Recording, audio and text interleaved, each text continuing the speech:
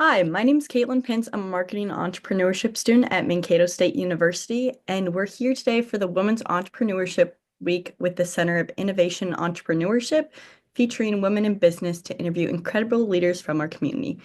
Today, I'm with Brenda Flannery, the Department Management and Entrepreneurship professor who has been at MSU for almost 30 years. Welcome, Brenda, and congrats. Well, thank you. It's a pleasure to be with you this morning. I really appreciate the invitation. Okay, so let's get started. I'll start off. Can you tell us a little bit about your entrepreneurship journey and what kind of inspired you to get into it? And then if you have any specific highlights along the way? Sure. So I grew up in a very entrepreneurial family on a Angus ranch in South Dakota. And I was the oldest of five kids, and my parents were super scrappy in building this really extraordinary business that has become a business that many of my family members are involved in. But I took a bit of a different route. I decided early on that I wanted to go to college. So I'm what you call a first generation college student. I went to South Dakota State University as someone who didn't exactly know what her path was going to be, but I always had that spirit of just doing things. Like let's just one of my first entrepreneurial endeavors was I was a gymnast in high school. And I think it was a year after I graduated from high school, I decided to start my own gymnastics camp.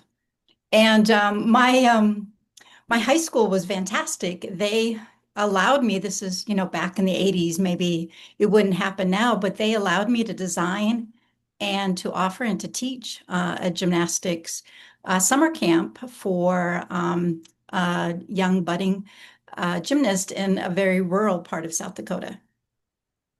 And with that, that is super cool. Did you have any like hiccups or like hurdles along the way when you started that? And if you did, how did you overcome them getting that started? Yeah, I really had the support of my former coach, my gymnastics coach to do that camp. I think I remember having a little bit of challenge like recruiting my staff. I think I got my sister and some other friends talked into helping staff the camp. But no, it was really, it was just a really fun endeavor, and others believed in the importance of especially giving young girls. I mean, these were like, 6, 7, 8 year olds, an opportunity to experience gymnastics. We lived a long way from any large community where they were offering summer camps. So it just became an opportunity, I think, for access. And so, yeah, we just kind of rallied like my former teammates and my sisters and, to come help and teach the camp. Nice.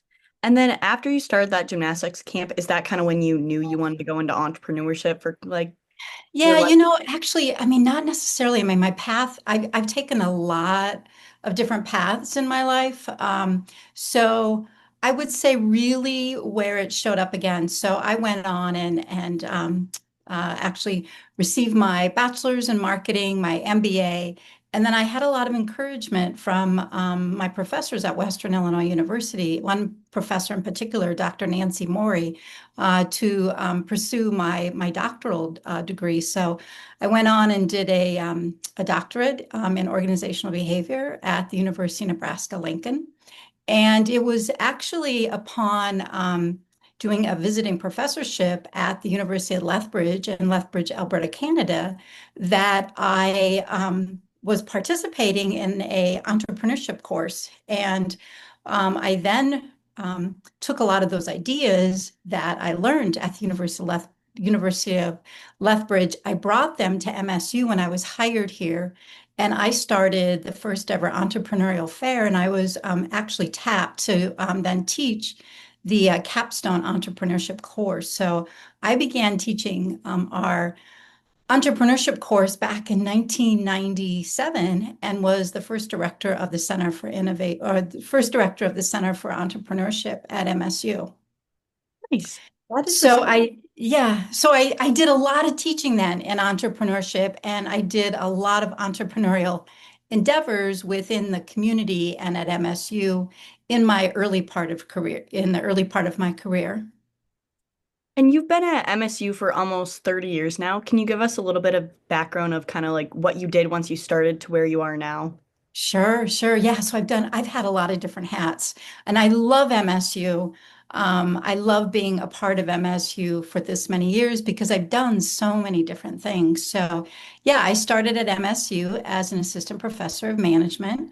And I had, as part of my portfolio of teaching, was entrepreneurship courses. No one else at that point was teaching entrepreneurship. So I taught entrepreneurship.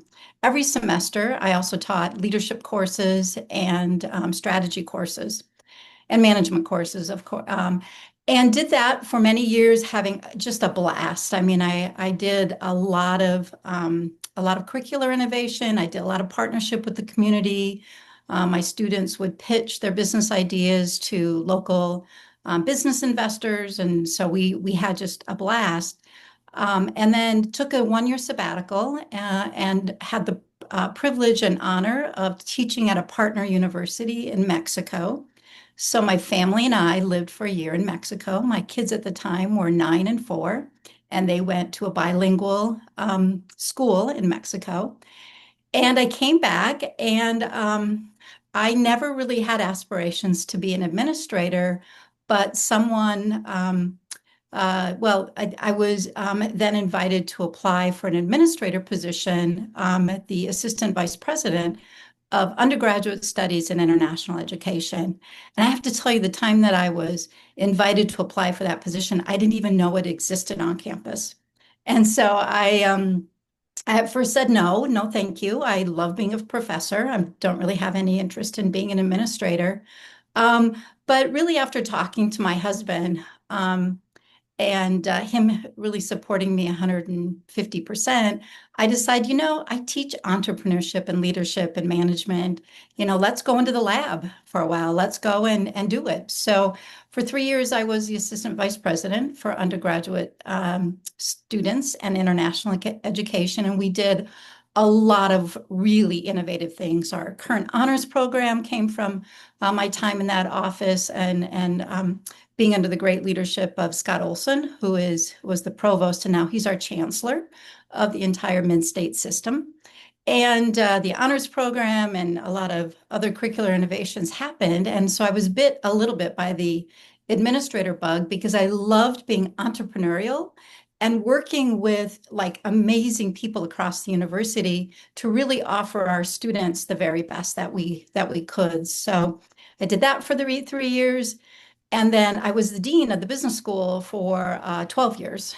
And that was an incredible 12 years of really partnering with our incredible faculty, hiring a lot of new faculty, many of them with industry experience, to do a lot of innovation. The Integrated Business Experience program came out of my time as dean, as did our our 100% online bachelor's degree and master's degrees, and it was just an incredible 12 years.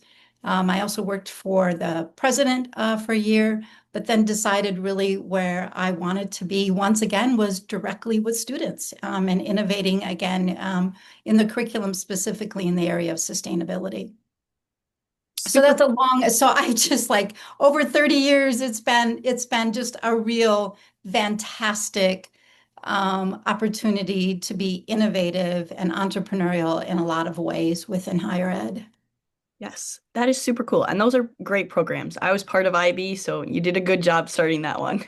Thank you. We that was an incredible faculty collaboration, and we had I was actually faculty when we started designing it, and there's nothing wrong when you're entrepreneurial to look at other examples and sometimes borrow some great ideas and make it your own. So we looked at a lot of programs throughout the United States as we were designing that program together. That is super cool. And then kind of relating that into like woman in business in a way, as a female entrepreneur, are there any unique challenges or biases you've encountered along the way? If so, how have you decided to navigate through those? Yeah, I think sometimes the biggest challenge for women, and when I began as the business school dean, for example, I was the first female full-time business school dean at MSU. And at the time that I started, only about 20% of all business deans were women. But honestly, what I have found is that women, well, there's research that shows that women tend to underestimate their ability to step into leadership roles, and men tend to overestimate their abilities to step into leadership roles. And so I do think, you know, uh, women really mentoring and encouraging other women to step into entrepreneurial roles, and then to support them is really really important. And so it's I had the great opportunity to be mentored by some women who I consider to be very entrepreneurial and very innovative and leaders at the university. A former president, Margaret Preska, who we have a residence hall named after, as well as Dr. Jane Early, who we have a performing arts named after.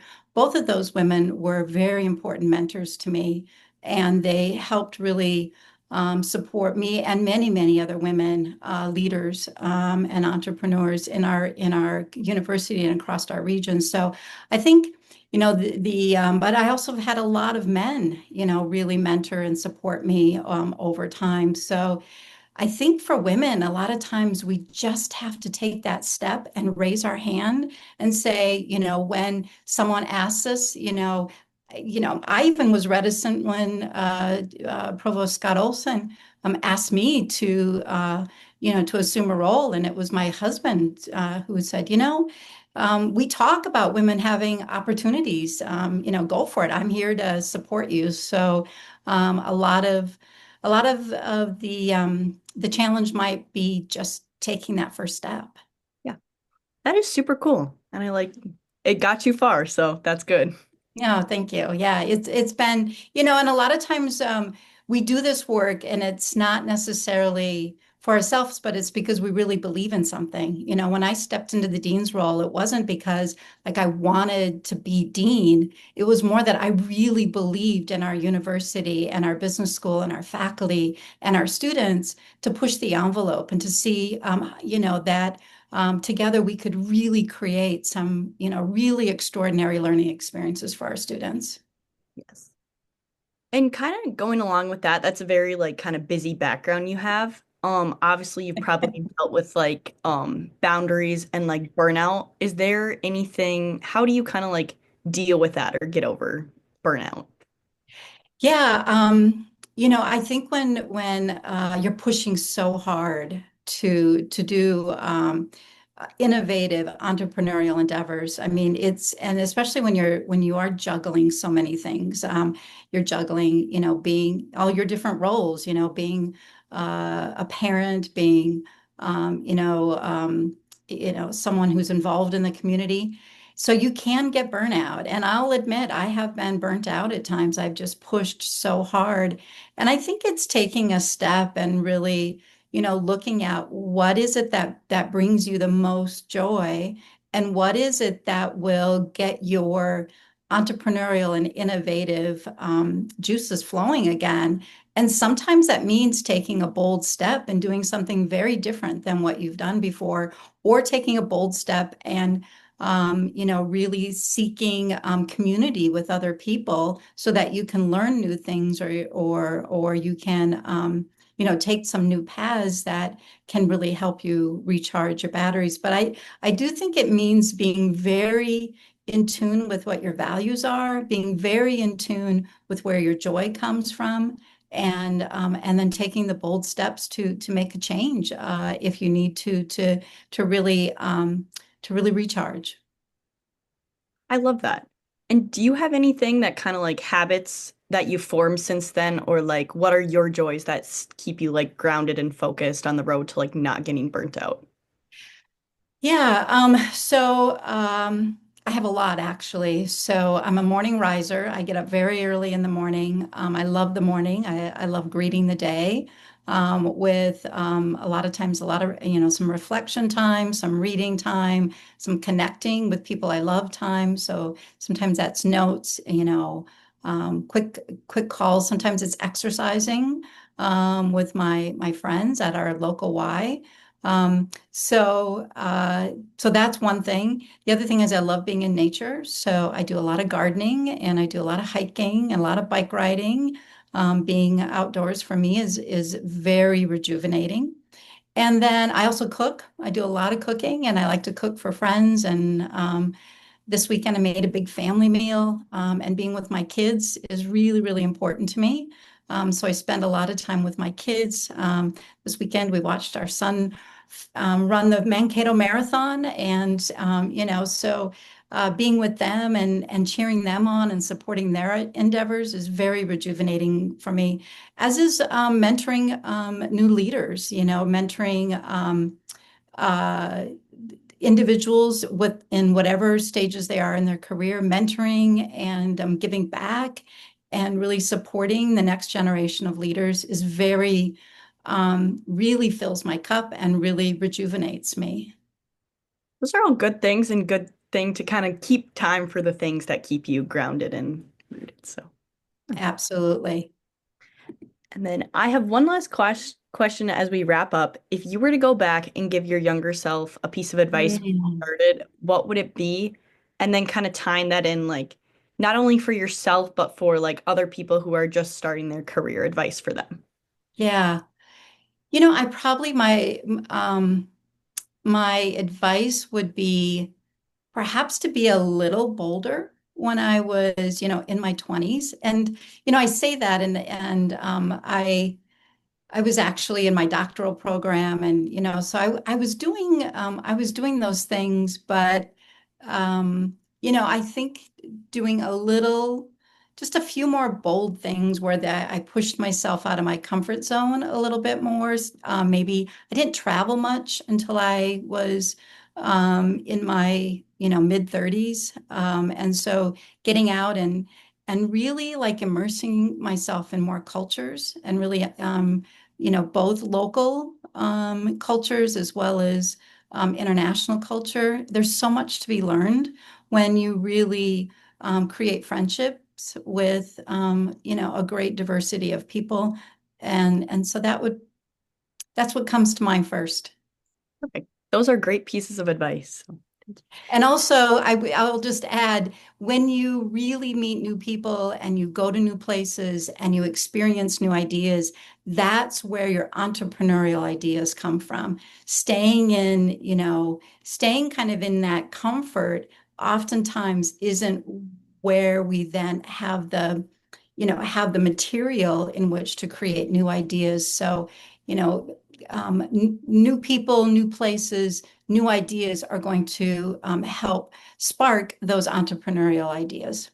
Yes, exactly. And with new places, you never know something's a problem until you go somewhere else. So that is always a great way to spark new It's creativity. so true. That's so true. Have you traveled? Yes, I have. You speak as someone that who has traveled, just Thank- from that statement. Well, thank you so much, Brenda, for joining us. It was a pleasure to meet you and get to talk to you today. It was my pleasure. Thank you so much, Kaitlyn.